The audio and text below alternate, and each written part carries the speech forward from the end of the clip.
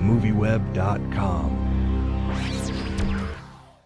Hey, I'm Jamie Philbrick with MovieWeb.com, and I'm here at Where the Wild Things Are, talking to some of the cast about the film based on the popular children's book. You are now the king, and you will be a truly great king. King! Hey, King, what's your first order of business? It's the Wild Rumbista! Well, this is our family. I'm Ira. I put the holes in the trees. This is Judith. You don't really need to know me. Kind of a downer. That's Alexander. I hate this tree! Oh! Well, he just wants attention. Don't give him the satisfaction. That's Douglas. I count on him for everything. We'll take care of each other and we'll all sit together in a real pile. So, I wanted to start by asking you guys about the creatures that you play in the film.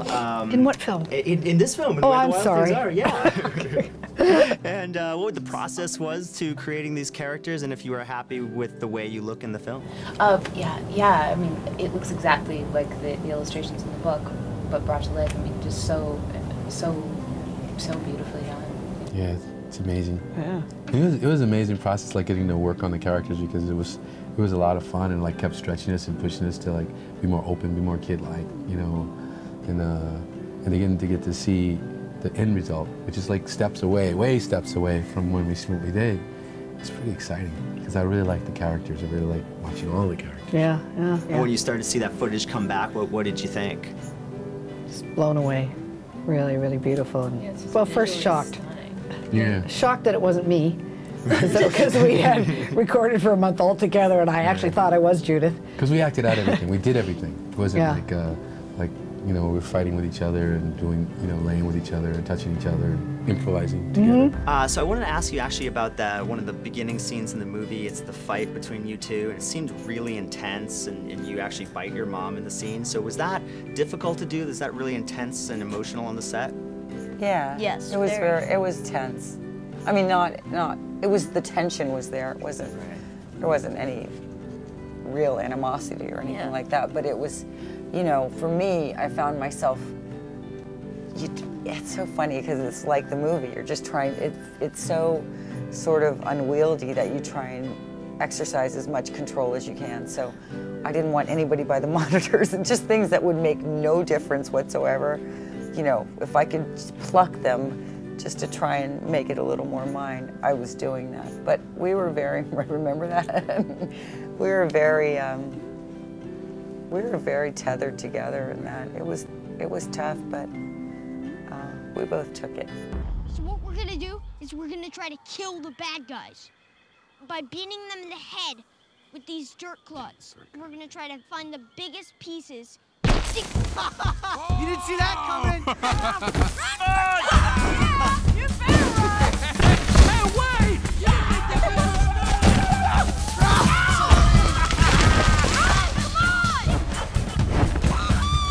So the film is a bit different than the book as far as the story of the film. And I was wondering, was the book, it was a good useful tool on the set for you, especially for you during the scenes on the island? Was it a useful tool? Were you able to go back and look at it, or?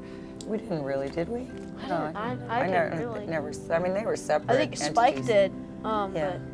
Well, Spike and Maurice Sendak are very, very close, and Maurice just wanted Spike to do his own thing and make his own art, and they have similar sensibilities and aesthetics, but different. You know, they're different artists, and so I think Maurice, just the more you take it, the better it is. Well, we didn't keep running back and forth to it, but yeah, I reread it again, you know, right after getting the part. Yeah, for sure. But the essence was there, and I think all of us really trusted. I know I did really trusted Spike, and just kind of went with it, with not knowing what I was doing at all, but totally willing to give it up to Spike. I mean, the picture was helpful because, you know, you see the picture of the character and you kind of see the way he carries, you know, holds himself, and kind of makes you at least have some idea, a little bit idea, you know, the beginning of the character, and then the script that Spike and Dave wrote, and it just keeps building from there. Carol, did you know the sun was gonna die? What?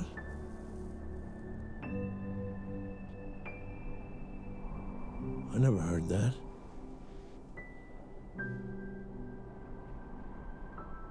Oh, come on. That can't happen. I mean, you're the king. And look at me. I'm big. How could guys like us worry about a tiny little thing like the sun? What's your feeling about the relationship between your character and Carol is very interesting, and it seems scary at some times, best friend at other times.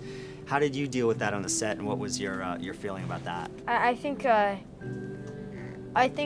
the wild things, they sort of like embody Max's sort of like his emotions, and Carol is sort of like love, this really sweet thing that's just like totally covered in just anger and masked and with this really ugly sort of face. I think that Carol's sort of like, when Max goes to the island, he has to sort of like nurse this sad, lonely little thing, and just like try to just like tell it it's gonna be all right. And then the baby is also 12 feet tall and extremely, extremely vicious at times, yeah. I'm KW. I'm Max. So what's your story? Why'd you come here? Well, I'm an explorer, and I traveled a lot. And I traveled by sea. Right. I used to travel by air. So obviously you have no home or family.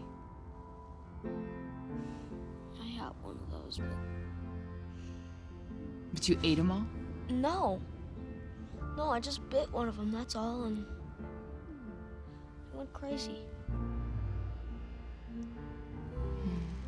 And I don't like frozen corn. What do you think is the meaning of the movie, or sort of the feeling that an audience will take away about growing up and childhood, and what Spike was trying to say with the film? I mean, I think like the book, which is, to me, it's like this perfect little poem.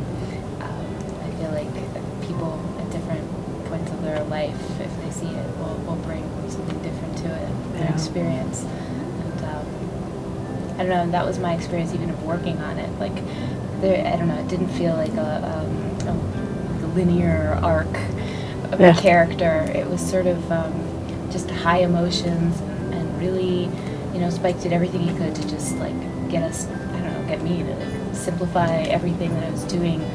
I realized I was almost like on the verge of tears with every sentence that, I think that's ultimately what we got to, and that's ultimately what he liked, and what ended up, I think, often in the film. I think kids are fresh little wild things and won't analyze it.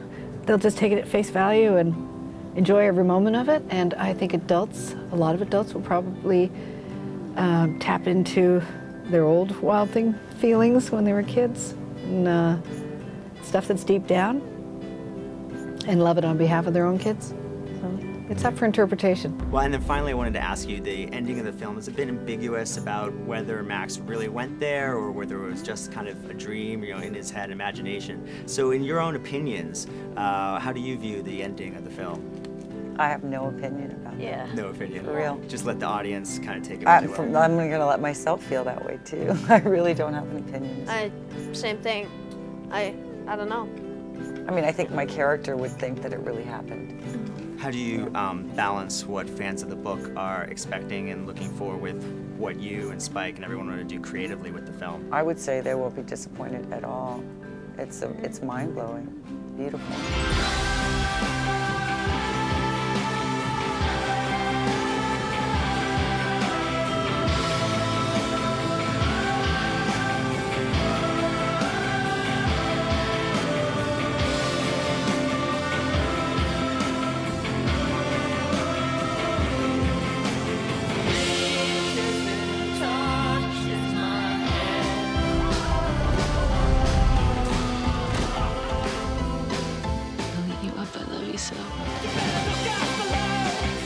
King forever.